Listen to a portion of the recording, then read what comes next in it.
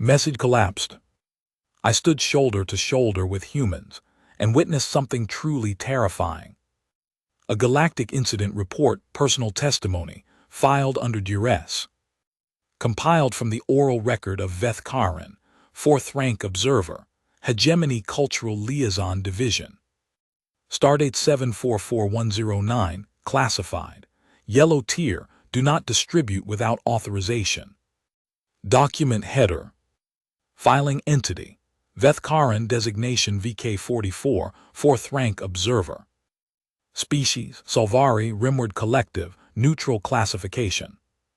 Assignment duration. 14 standard months aboard Joint Observation Platform Myrthai Station, Sector 7, Human Territorial Buffer Zone. Purpose of document.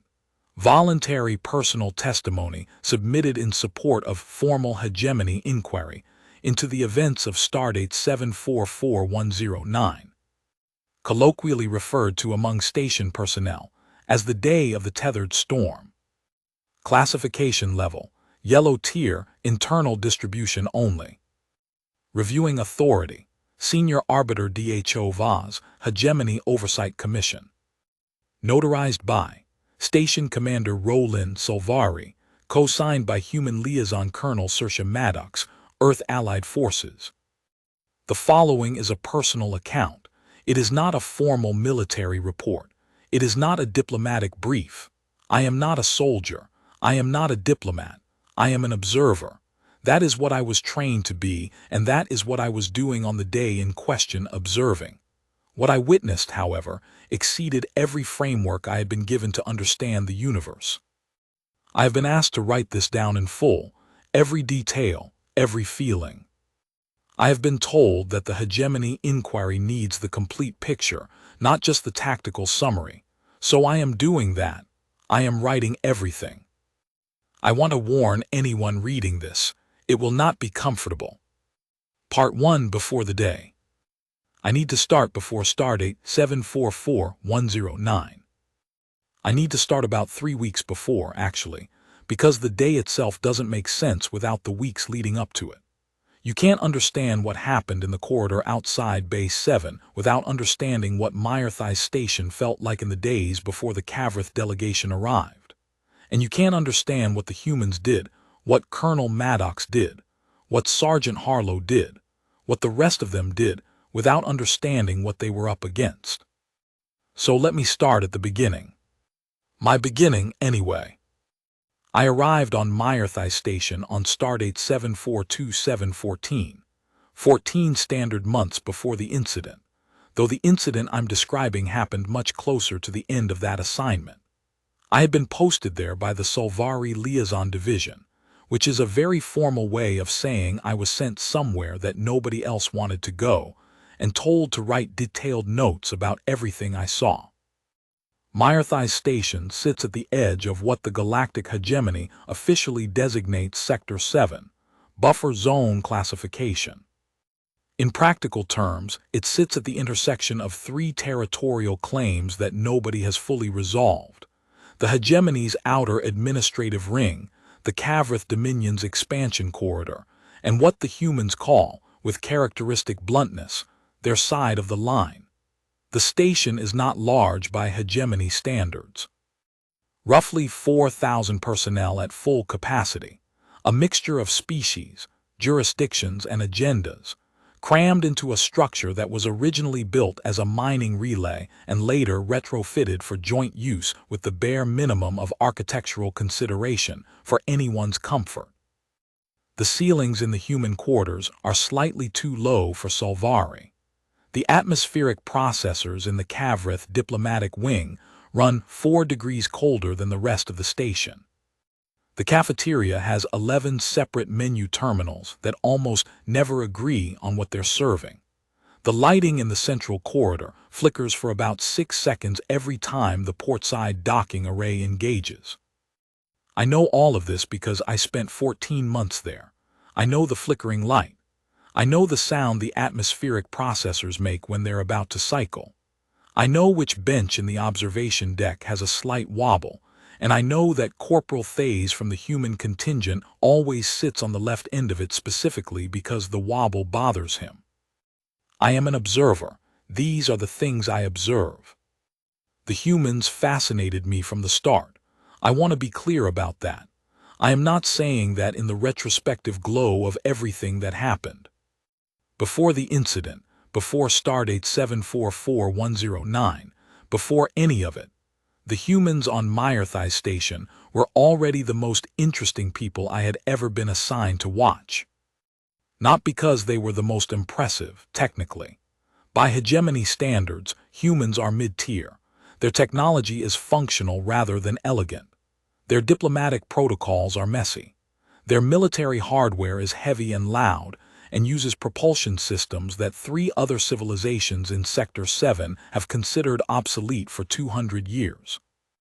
They eat at irregular intervals, sleep too little, exercise too much, and have an almost pathological inability to agree on anything above the squad level without at least one argument first.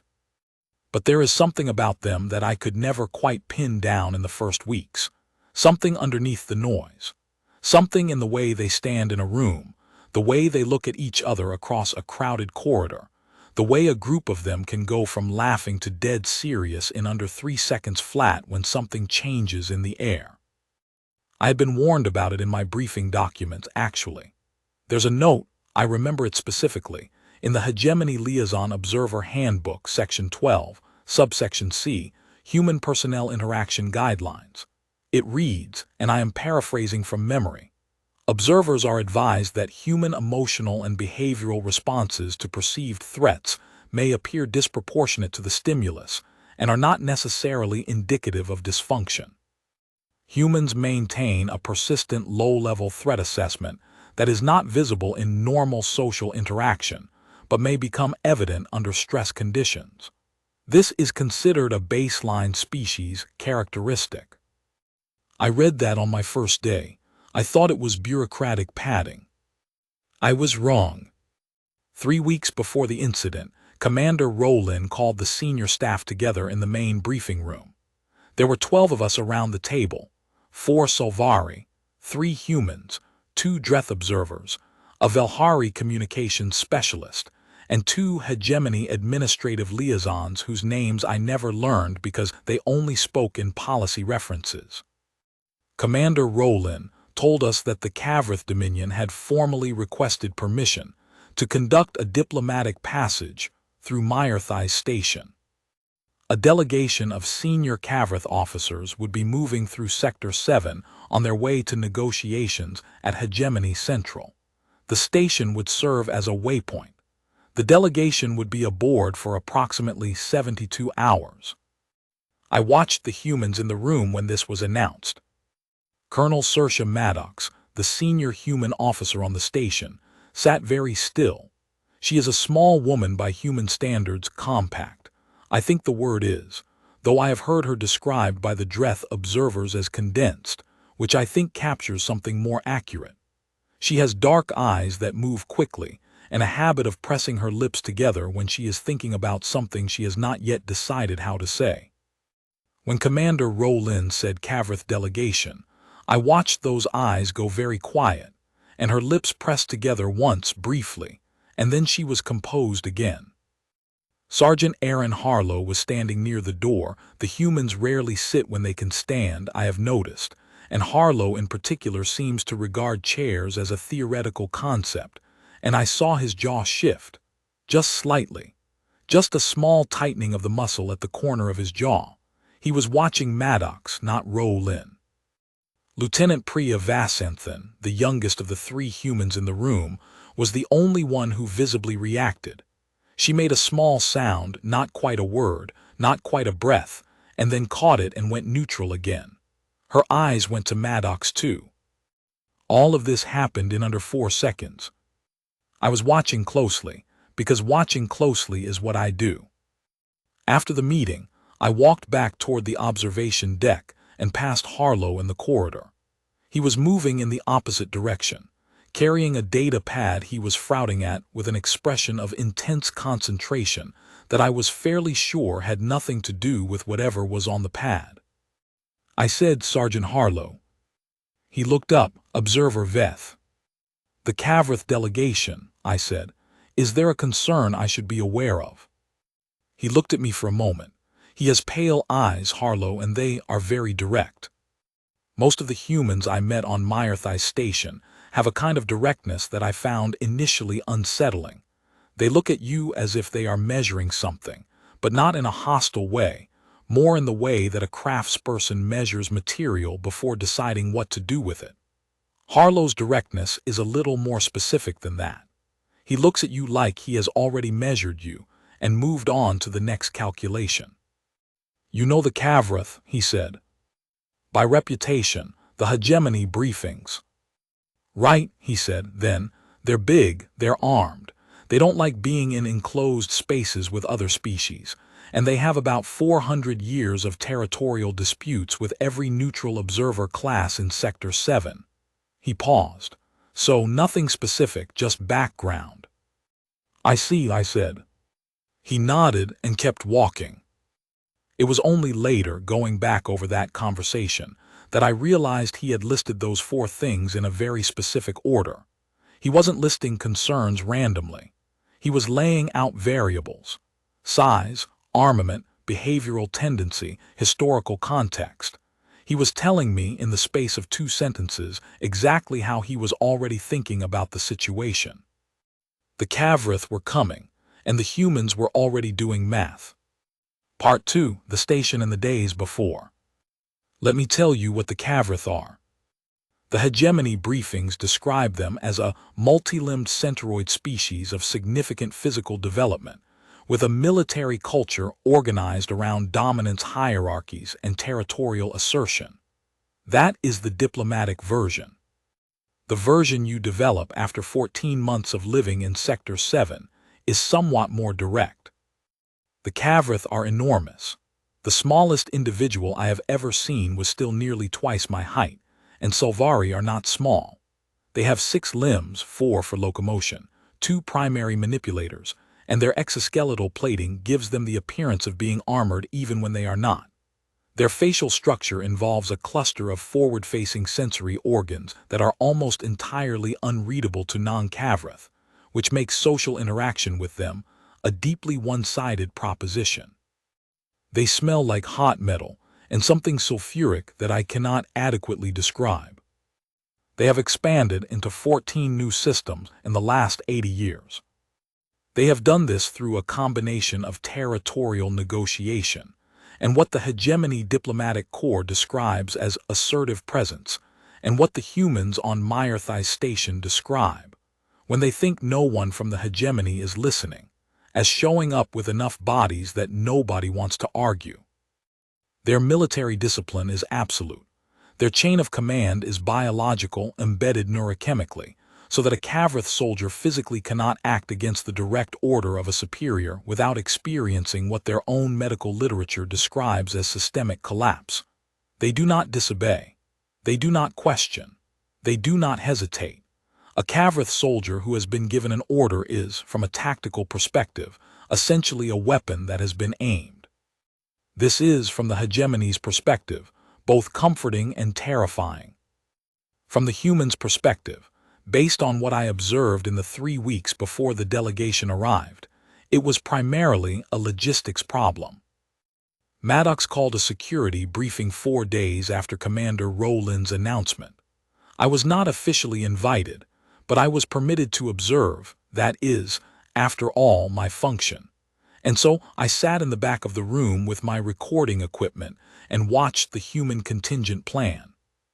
There were 8 of them: Maddox, Harlow, Vassanthan, 2 human security officers named Corporal Thays and Corporal Oduya, a technical specialist called Warrant Officer Chen, the human medical officer Dr. Ilara Sato, and a young private whose name I did not catch until later, Private Emmett Rourke, the newest member of the human contingent, barely 4 months on station. Maddox stood at the front. She had a holographic display running, a schematic of the station with the Cavrith delegation's planned route marked in amber. They'll be moving through Central Corridor, Bay 7 approach, and the administrative ring, she said. 72 hours. Delegation size is confirmed at 43, including security detail.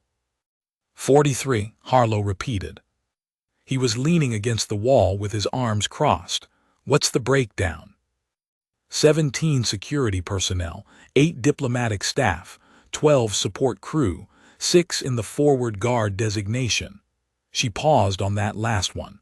I want to talk about the forward guard specifically. The Vanth Kesh, said Corporal Oduya. She said it with the careful pronunciation of someone who has done their research. Yes, said Maddox. The Vanth Kesh. For anyone not familiar, she looked briefly at Private Rourke, who was sitting very upright and trying not to look like he was trying not to look nervous. The Vanth Kesh are the Cavrith Dominion's ceremonial guard unit. They're not regular military. They're specifically trained for diplomatic escort. They're also specifically selected for psychological effect. They're selected to be big and terrifying, Harlow said. Selected from the largest and most decorated combat veterans in the Cavrith Dominion, yes. Maddox didn't miss a beat. Their role is to move ahead of the primary delegation, establish physical presence in each section before the diplomats enter, and maintain a visual deterrent posture throughout the transit. Meaning they're going to walk down our corridors like they own them, Oduya said. Meaning they're going to walk down our corridors like they own them, Maddox confirmed. Our job is to let them. Our job is to stand there, maintain protocol, not flinch, and give them absolutely zero reason to interpret anything as a challenge. She looked around the room. I want to be very clear about what I mean by zero reason. The Vanth Kesh are trained to read body language, cross-species body language. They've done this in 47 joint stations across sectors 5 through 9. They know what fear looks like in 17 different species. They know what aggression looks like in 23. Any posture, any movement, any sound that they read as either fear or aggression from our contingent is going to create a problem. For the mission, for the station, for the negotiations that this delegation is on their way to conduct. Private Rourke raised his hand slightly. Colonel, what exactly do they do if they read something that way? Maddox looked at him steadily. They respond to it. Rourke processed that. How? Proportionally, she said. According to their assessment. The room was quiet for a moment. So we just, Rourke started. We stand there, Maddox said. We look them in the eye, we don't move, we don't flinch, we don't give them anything to respond to. She made it sound simple. That was the thing about Maddox. She could make almost anything sound like it had a straightforward solution. It was only when you watched her very carefully, when you noticed the small things, that you could see what was underneath the simplicity. The steadiness was not absence of recognition. It was recognition absorbed and processed and converted into something else. Into intention. The humans called it composure. I have spent considerable time since the incident trying to find the equivalent concept in Solvari culture, and I do not think we have one that is quite the same.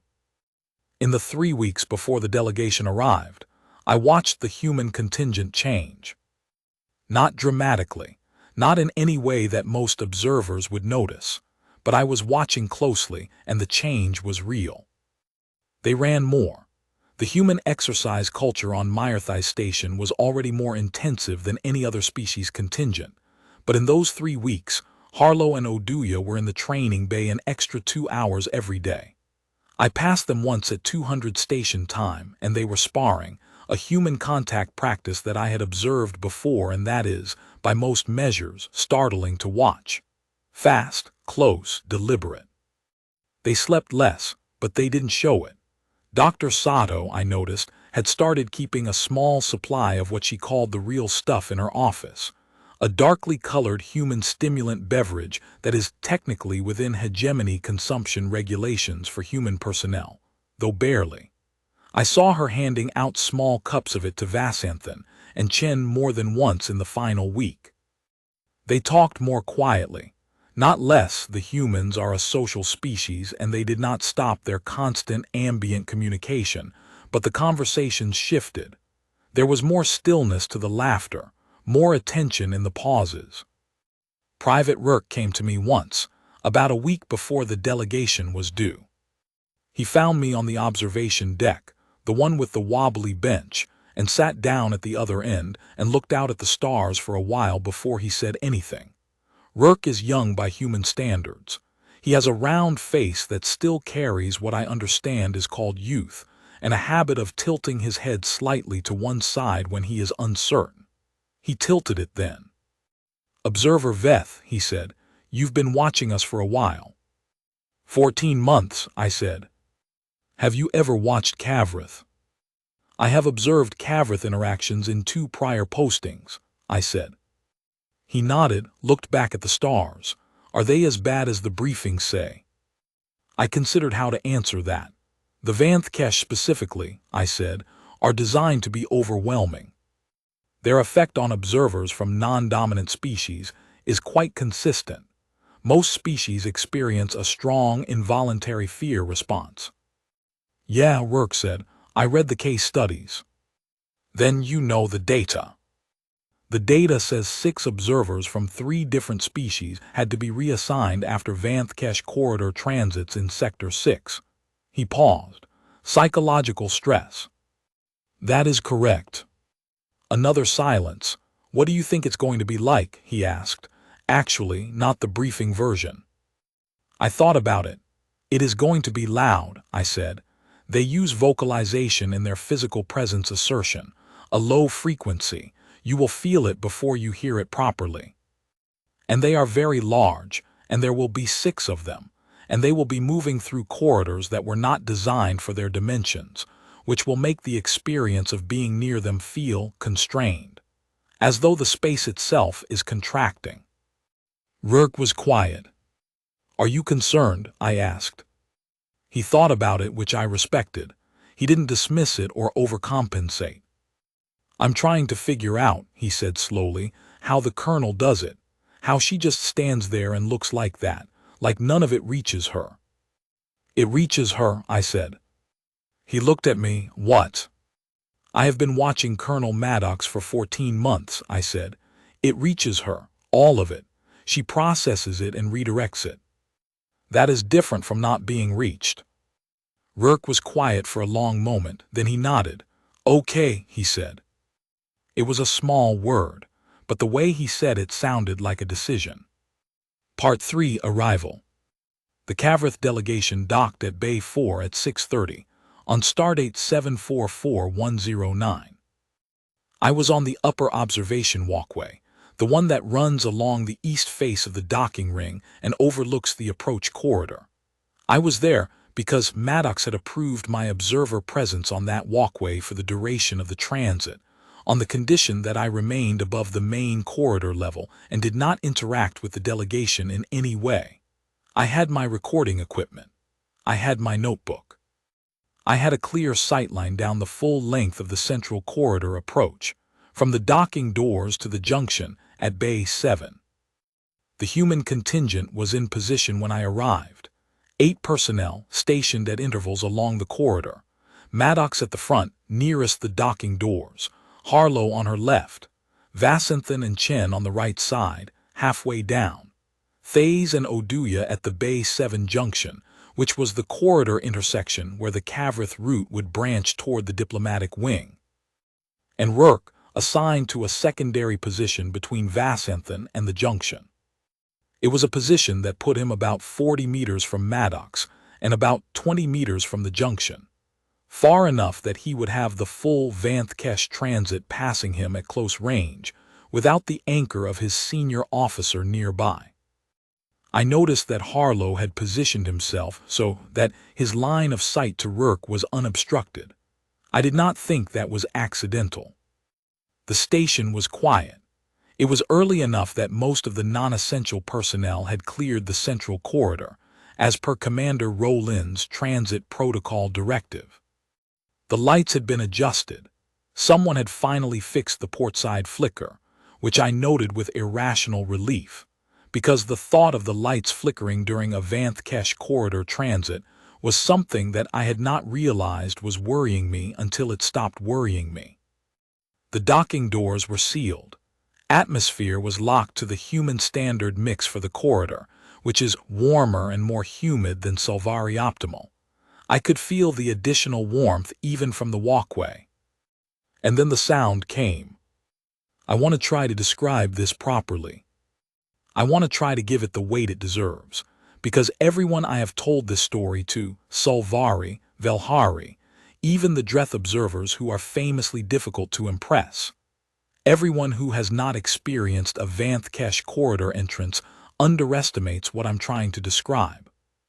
It is not a sound that begins. It is a sound that arrives. That is the best way I can put it.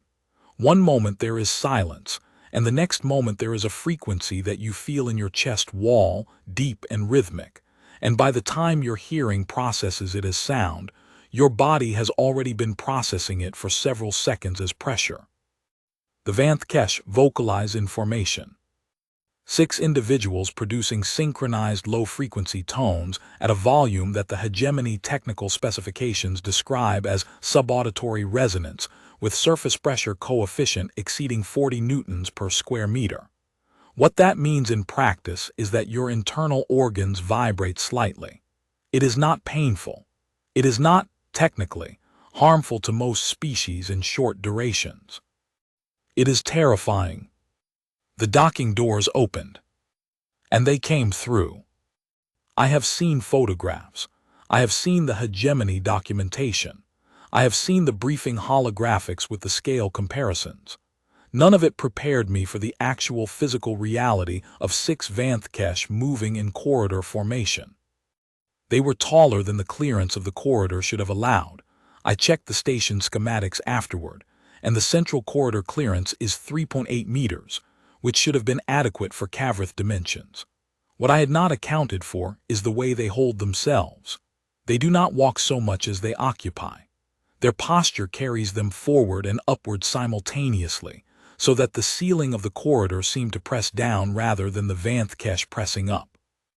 An optical effect of density rather than height.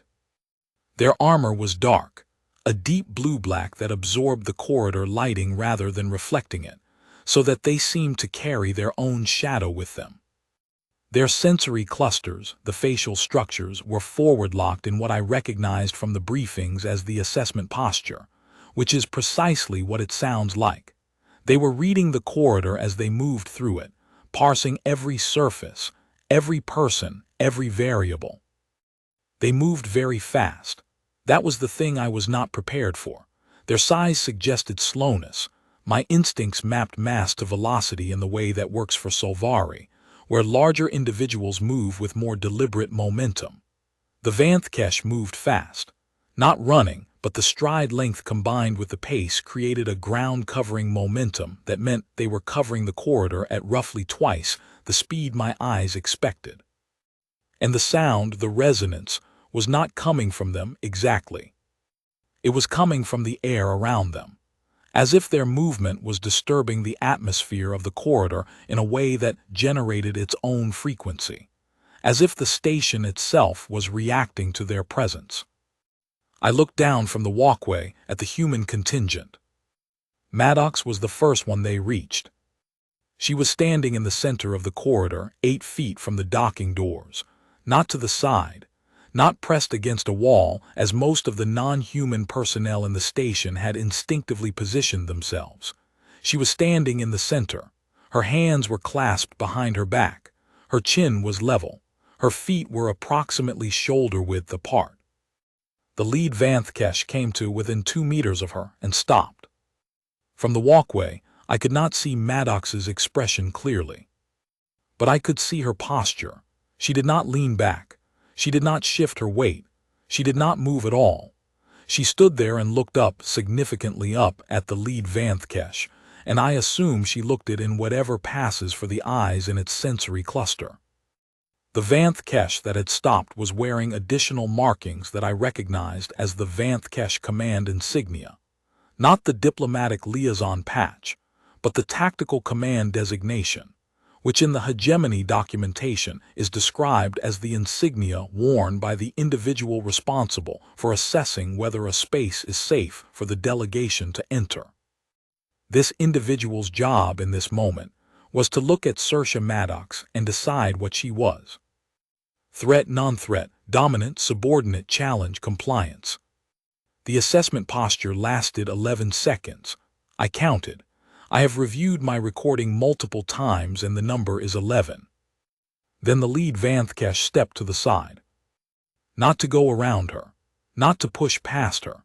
It stepped to the side and inclined its head, a gesture I recognized from the briefings as a formal acknowledgement between parties of assessed equal footing, reserved in Cavrith protocol for individuals who have passed the assessment without displaying either threat response or submission response. The Vanthkesh had looked at Maddox and decided she was neither prey nor challenger. It had decided she was a peer. The rest of the forward unit moved forward. Maddox fell into position, not behind them, not in front, but at the flank, accompanying. A position that, in Cavrith escort protocol, indicates the accompanying individual is serving as a recognized guide rather than a supervised entity. She had passed the assessment in 11 seconds. I have read the records of 42 prior Vanthkesh station transits.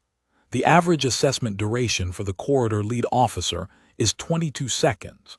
One case study from Sector 6 recorded a species whose station commander broke posture after 3 seconds and had to be removed from the corridor by their own personnel when the Vanthkesh responded. 11 seconds, and she had not moved. Part 4: The Corridor. I need to tell you about what happened in the corridor itself, because that is where the incident occurred. Not at the docking doors, not at the Bay 7 junction. In the corridor between them, at approximately the midpoint, where Private Rourke was standing. But I need to tell you what happened before that too, because the corridor was something. It was something I have never experienced before, and that I am not certain I can adequately describe. When the Vanthkesh moved, the corridor changed. I know that sounds wrong. The corridor is a fixed structure. The walls don't move. The floor doesn't change. But the atmosphere of a space, the way a space feels to the organisms inside it, that is not fixed. That responds. And the Vanthkesh forward unit moving through the central corridor of Myrthai Station at 6:41 on stardate 744109 did something to the atmosphere of that space that I am still trying to find words for. The resonance, the vibration, the pressure frequency reached the full corridor length within 30 seconds of the unit entering. I could feel it through the walkway floor. A Dreth observer who had been posted near me on the walkway made a sound and stepped back from the railing involuntarily. The Velhari communications specialist who had been standing at the corridor junction between the walkway access and the main corridor quietly retreated through the access door. I stayed at the railing. Below me, the 6 Vanthkesh moved with Maddox at their flank, and behind them, maintaining appropriate protocol distance, the rest of the human contingent held their positions. I watched Harlow. He was standing in the position he had taken on Maddox's left, trailing the Vanthkesh unit by the protocol-specified distance. His arms were at his sides, his face was forward. Every several meters his eyes would sweep left in an unhurried arc, take in the corridor, take in the humans further down, and then come back center. A pattern, methodical. He was running his own assessment, constantly and quietly, and folding the results back into his posture. I watched Vasanthan. She was doing something with her breathing. I noticed it because Sulvari are sensitive to respiratory rhythm changes in other species, and Vasanthan had shifted to a deliberately controlled pattern that slowed her visible chest movement. A technique, I realized. She had practiced slowing her visible stress response. Her hands were completely still. I watched Chen. He had angled his posture very slightly, almost imperceptibly, so that his body was not square to the approaching Vanthkesh unit but offset by perhaps 15 degrees. I looked this up later in the Cavrith Behavioral Glossary. 15 degrees of body offset, combined with maintained eye contact, is the specific posture that Cavrith interpret as acknowledged presence without assertion of contest. Someone Maddox, I suspect, had briefed Chen on the precise geometry. Every detail was managed. Every human in that corridor had been prepared, had been drilled, and was now executing that preparation with the controlled precision that I had been watching develop for 3 weeks. And then I saw Rourke. He was at his position, 40 meters from Maddox's starting point, 20 meters from the Bay 7 junction. The Vanth Kesh unit was approaching him. From my angle on the walkway, I could see his face. He was afraid. I want to be precise about what I mean. He was not panicking. He was not breaking posture. His feet were planted, his hands were at his sides, his chin was level. He was doing everything he had been told to do. But I have 14 months of watching human faces, and I know what human fear looks like underneath a controlled expression, and Rourke was afraid in the deep, animal way that the human body does not allow to be entirely hidden. His jaw was set, his eyes were very wide. There was a quality to his stillness that was different from the other's stillness. Their stillness was chosen, active, maintained. His was the stillness of someone who has ordered their body to be still while their body argues the point. The lead Vanth Kesh reached him. And something happened that I was not expecting. The lead Vanth Kesh stopped again. Not for the same reason it had stopped in front of Maddox. This was different. Maddox, it had assessed and classified and moved on. With Rourke, it stopped and did not move on. The assessment posture locked on him, and the subauditory resonance, which I had read in the briefings but had not appreciated until that moment, shifted in frequency. A very slight shift upward. Subtle enough that I might not have noticed it if I hadn't been tracking the audio in my recording equipment. But the Dreth observer who had retreated from the railing made a sound behind me. The frequency shift was a recognized Cavrith behavioral signal.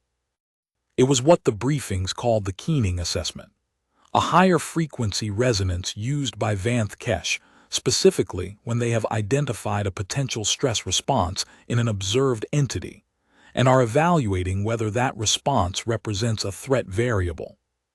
They had identified Rourke's fear. They were now deciding what it meant. Part 5. The moment.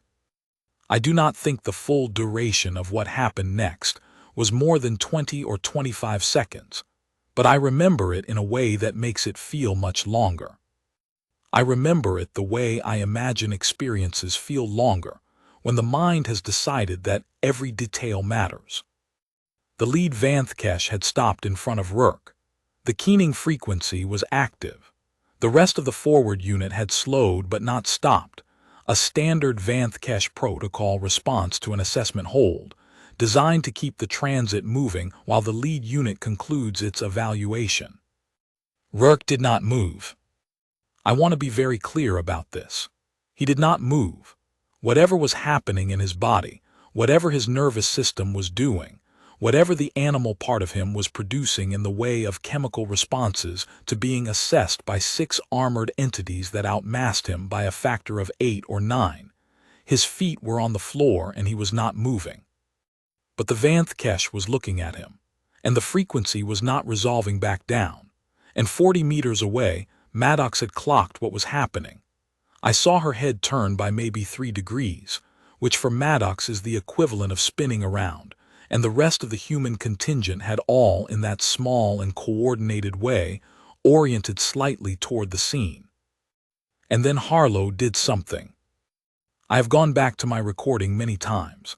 I have watched this specific moment in slow playback, in still frames, in the spectral audio overlay. I have tried to fully understand the mechanics of what Harlow did, because what he did was so precise and so controlled and so perfectly calibrated that it seems, on first description, like it should not have worked. And yet it absolutely did. Harlow moved. Not toward the Vanth Kesh, not toward Rourke. He stepped out of his protocol position, not dramatically, not fast, just a single deliberate step that moved him from his standing point to a position that put him 3 meters to Rourke's left. He turned his head toward Rourke. And he nodded. A single, very small nod. No words. No additional movement. He made eye contact with Rourke and he nodded once, and then his gaze went back to the middle distance and he was still. I watched Rourke receive that nod. And I watched something change in Rourke's face. Not dramatically, not a visible transformation, not a movie moment. Something smaller and more specific. The quality of his stillness changed. It went from the stillness of a body that has been commanded to be still to something closer to the stillness of the others. Something chosen. Something that came from the same place that Maddox's stillness came from, and Harlow's and Vassanthin's. He had been alone in that 40-meter stretch of corridor, facing the keening frequency, and Harlow had not crossed the distance or done anything that violated protocol or put his senior officer's carefully constructed plan at risk. He had moved 3 meters. He had nodded. He had stood next to Rourke, not between Rourke and the Vanthkesh, alongside, shoulder to shoulder, not shielding, present, a different kind of message than protection, something more like "I'm here, you're not alone, hold." The keening frequency, the elevated resonance dropped. I watched it drop on my recording equipment in real time.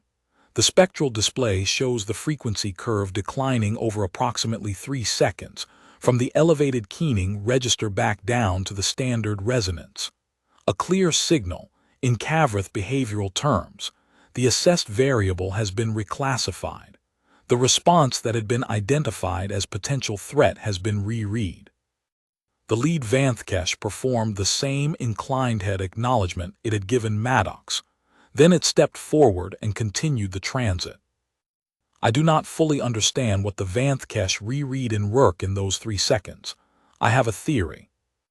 Cavrath society is organized around the neurochemical command structure I mentioned earlier, the hierarchy that makes disobedience physiologically impossible.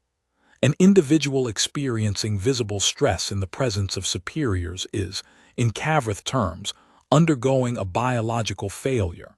It is a sign of weakness in the hierarchy chain. What they saw in Rourke, initially, looked like that. Biological stress response in the presence of a dominant entity. By their classification system, this should resolve into either submission or escalation. What they saw after Harlow moved was something they do not, as far as I can determine from the literature, have a direct classification for. The stressed individual did not submit, did not escalate, was steadied not by command, not by neurochemical compulsion, but by the proximity and acknowledgement of another individual standing alongside them. The stress response did not disappear, but it transformed, reclassified itself into something that was chosen, continued by will rather than forced by biology. The Vanthkesh have a concept in their language. It appears in 6 different field reports I have read since the incident, that is used when an observed entity behaves in a way that falls outside the expected behavioral categories. The closest hegemony standard translation is anomalous classification, but the literal Cavrath translation, according to the linguistic appendix of the Sector 6 diplomatic brief, is something closer to the one who should have fallen but remained. I believe that is what they classified Rourke as. And I believe the reassessment, the dropping of the keening frequency, the acknowledgement gesture, was a recognition of that classification.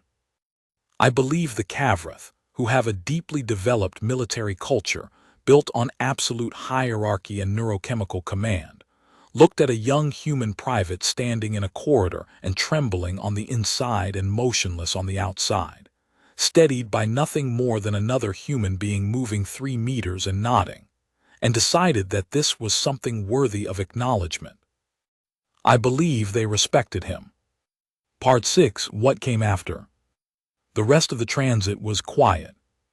That seems like the wrong word for a corridor full of 6 armored Vanthkesh and their attendant resonance frequency, but it was quiet in the way that matters. No incident. No escalation. Maddox guided the unit through the Bay 7 junction and into the diplomatic wing. Thays and Oduya held the junction without incident. The Cavrith diplomatic staff followed 20 minutes later, and the 72 hours of their station presence proceeded without the event that Commander Rowland's briefing documents had referenced with careful diplomatic language as the undesirable outcome. I went to my quarters and sat with my recording equipment and reviewed what I had captured. I reviewed it 4 times before I went to find Harlow. I found him in the cafeteria. He was eating something from Terminal 6, the terminal that always claims to be serving protein synthesis, but whose output changes on an hourly basis, and looking out the viewport at nothing in particular. He looked up when I sat down across from him. "Observer Veth," he said. "I want to ask you about the corridor," I said. "Sure." "The move you made, 3 meters, the nod." I paused. "You had been briefed not to break position." "I stepped out of position," he said. "Not away from protocol. Different thing. The protocol is about engagement with the Cavrith unit. I didn't engage with the Cavrith unit. I moved laterally and maintained facing." "You knew it would change Rourke's response." He looked at me. "I knew he was holding on," he said. "I knew he was about to keep holding on regardless. I just wanted him to know I knew." "How did you know he would hold?"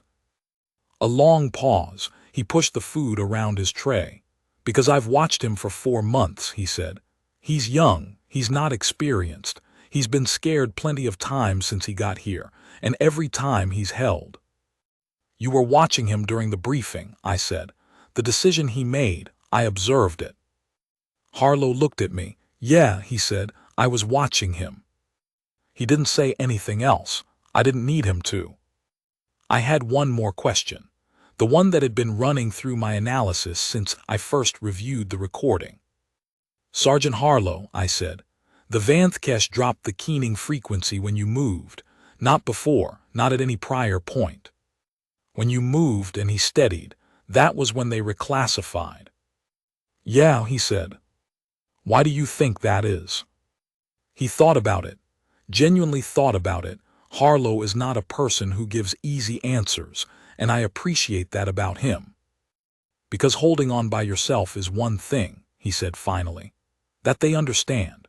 That any species understands individual endurance, fear, suppression, will. They have that. Their whole command structure is built on that, chemically or whatever."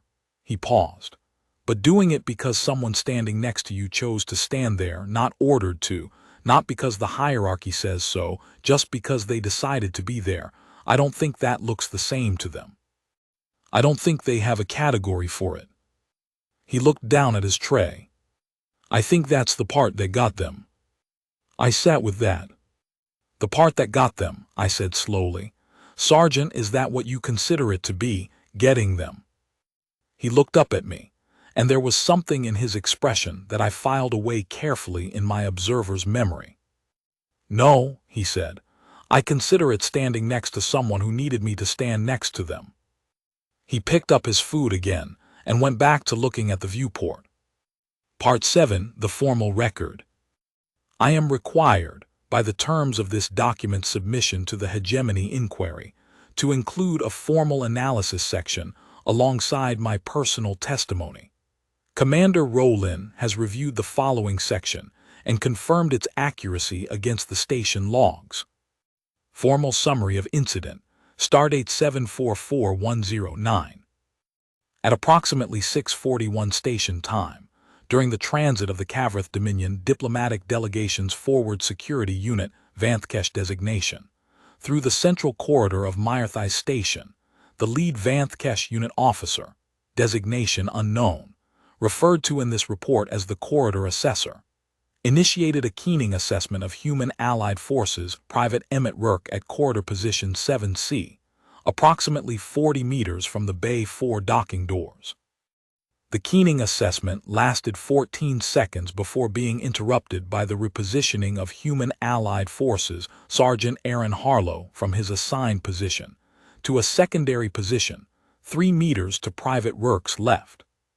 Following this repositioning, the keening frequency dropped, and the corridor assessor performed the formal Cavrith acknowledgement gesture, assessed peer designation, before resuming transit. No physical incident occurred. The transit proceeded to completion without further assessment holds. Analysis filed by Vethkaran, fourth-rank observer. The Keening assessment represents the only documented instance in 43 prior Vanthkesh station transits in sectors 5 through 9 in which the Keening frequency was initiated and then voluntarily resolved downward by the Vanthkesh unit, rather than either completing to an escalation response or completing to the formal submission acknowledgement.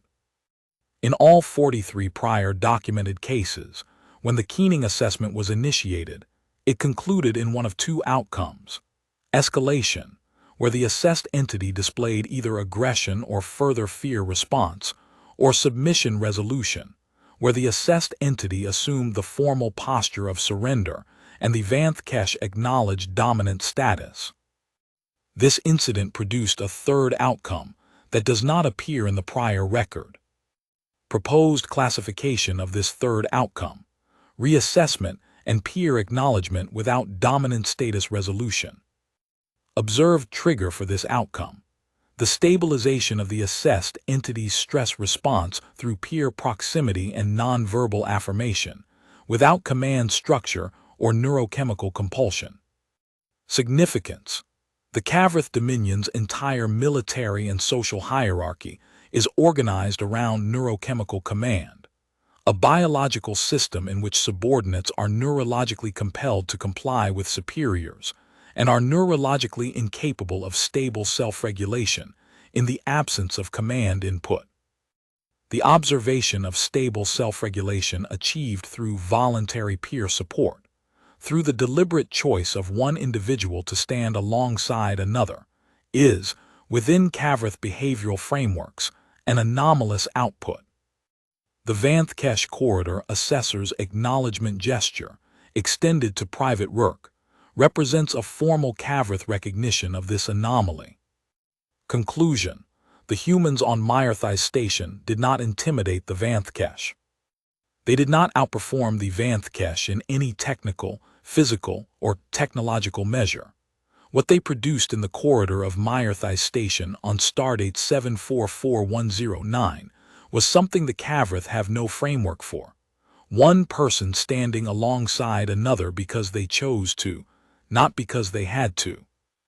And the Kavrith, who have perhaps the most sophisticated behavioral assessment system of any species in sectors 5 through 9, who can read fear and aggression in 17 species and dominance signals in 23, looked at that and couldn't classify it.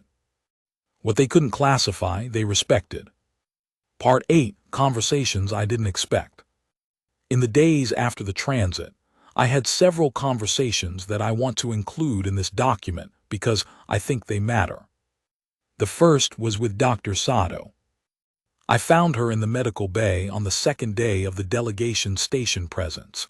She had been running routine checks on personnel following the transit, which was standard protocol for the human contingent after high-stress events. She was updating her records when I knocked on the frame of the open door. "Observer Veth," she said without looking up, "come in." I came in. I sat in the chair across from her desk, the one with slightly worn upholstery that I believe is where patients sit. "I wanted to ask about stress response documentation," I said.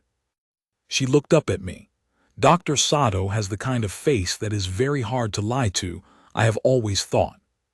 Not because she looks stern, she does not, but because she looks as if she has heard all the ways that a conversation can start and is already thinking about how it is actually going to go. "Medical records are private," she said. "I'm asking about myself," I said. "Observationally, I experienced a physiological stress response during the transit, and I was curious about the neurological literature on observer role stress responses in high-stimulus events." She set down her stylus. "What kind of stress response?" I identified elevated respiration rate, increased sensory sensitivity, and a strong involuntary desire to step back from the walkway railing, I said. "Which I did not do." "That's called fear," she said. "Yes." That's a normal fear response. I know. I was curious why it was so much stronger than my prior experience of Cavrith interactions. She folded her hands on the desk. Where were your prior interactions? Written documentation and visual records. There was a pause. You never observed Cavrith in person before this. No. She nodded slowly. That's why, she said. Reading about something and being in the same space with it, those are completely different physiological experiences. The body responds to physical presence in ways that documentation can't replicate. It's not a failure of knowledge, it's just what presence does to a body. She paused. It's why we drill. You can know everything there is to know about the Vanthkesh on paper, and still need your body to practice not responding to the real thing. The humans drilled in the weeks before, I said. I observed it. We did. Did it work? She was quiet for a moment. Ask Rourke, she said. I did not go find Rourke immediately, but the answer she gave, Ask Rourke, stayed with me. She wasn't dismissing my question. She was pointing me to the specific data point. I found Rourke 2 days later, near the end of the delegation's transit period. He was in the observation deck, the one with the wobbly bench, and he was sitting on the left end of it, where Thays usually sits. I sat at the other end. The bench wobbles, he said immediately. Yes, I said, I know. He smiled. It was a tired smile, but a real one. He looked considerably less young than he had before Stardate 744109, in a way that I have noticed with humans who have moved through something. Dr. Sato told me to ask you, I said, whether the drilling worked. He thought about it. Yes and no, he said. I was still scared. The drilling didn't make me not scared. I don't think anything could have. But you held position. I held position. Why? He looked at the stars. The viewport on the observation deck frames a clean wedge of Sector 7 space, very few bodies, very little light interference, just the long dark with scattered points of brightness. He looked at it for a while. I kept thinking about what you said, he told me, before about the kernel, that it reaches her. That she processes it and redirects it. I remember. I was standing there and it was, yeah, everything you said. The frequency and the size and it was a lot. And I thought, okay, I'm terrified. That's real. That's happening. But I don't have to be someone who's only terrified. He paused. I can be someone who's terrified and also someone who stays. And Harlow, I said. A longer pause. Yeah, he said. And Harlow. He turned slightly toward me. You know what he didn't do? He didn't say you've got this. He didn't say you're doing great. He didn't do the thing where you're scared and someone tries to make you feel less scared by telling you you're not. What did he do? He stood there, Rourke said. He just stood there, shoulder to shoulder. That was actually the right thing, because I wasn't less scared, but I wasn't alone with it, and somehow that was enough. He went quiet then. Is that in your report? It will be, I said. Part 9, what I keep coming back to. I am almost done. I want to say a few things that are not formal testimony, that I am including in this document as the personal component that the hegemony inquiry specifically requested. Here is what I keep coming back to. In 14 months on Myrthai Station, I observed the human contingent in hundreds of situations. I watched them train and argue and eat at strange hours and sit in the observation deck looking at the stars when they couldn't sleep. I watched them navigate hegemony bureaucracy and Dreth cultural protocols and the constantly malfunctioning menu terminals with the same general approach, which is best described as stubborn improvisation. I watched them get things wrong, get frustrated, laugh at the wrong moments, and then try again. I did not think, in those 14 months, that I was watching something extraordinary. I thought I was watching humans being humans. And then I watched the corridor on Stardate 744109, and I watched the Vanthkesh, the most sophisticated behavioral assessment system in 5 sectors, the product of a civilization that has spent 400 years perfecting the science of dominant presence, stop, look, and not be able to classify what they were seeing. Here is what I think they were seeing. They were seeing a species that chose to be afraid together. I know that sounds simple. I know it sounds too small for what it felt like in that corridor, but I keep coming back to it. The Cavrith, with their neurochemical command structure, have no fear together. They have managed fear, compelled courage, hierarchical stability. They have fear dealt with by authority. But they do not have, they cannot have, the thing where two individuals stand next to each other in a frightening space, and hold on not because they have been ordered to or because their biology compels them, but because one of them decided to move 3 meters and nod, and the other one decided to receive that and let it be enough. That specific thing is a choice. And choices, as far as I can determine from 14 months of close observation, are what the humans do when everything else has run out. That is not hyperbole, and it is not admiration talking. It is the observation. The Vanthkesh had spent 43 prior transits demonstrating what they could do to biological organisms that lacked adequate frameworks for their presence. They had watched 17 species display fear, and 8 display aggression, and 12 display immediate submission, and 6 produce such an overwhelming stress response that the individuals involved required reassignment. On stardate 744109, they met a species that displayed fear, and then chose to remain anyway, steadied by nothing more than proximity and acknowledgement, and they looked at it, and they acknowledged it back. I do not have a tidy way to end this. I have been trying to find one since I started writing, and I have not found it.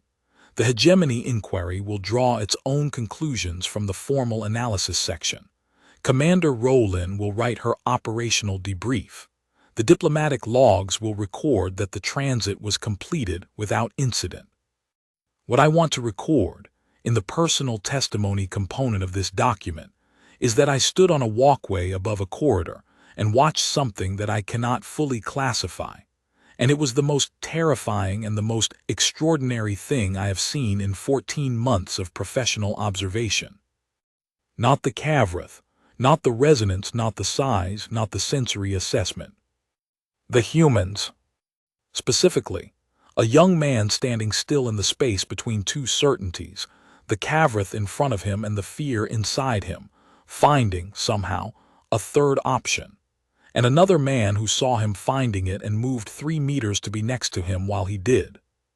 The Vanthkesh, who have stood in the corridors of 43 stations across 5 sectors and watched every species they encountered resolve into one of 2 responses, looked at that and didn't know what to do with it. Neither do I honestly. But I think the word for it, the closest hegemony standard approximation, is courage.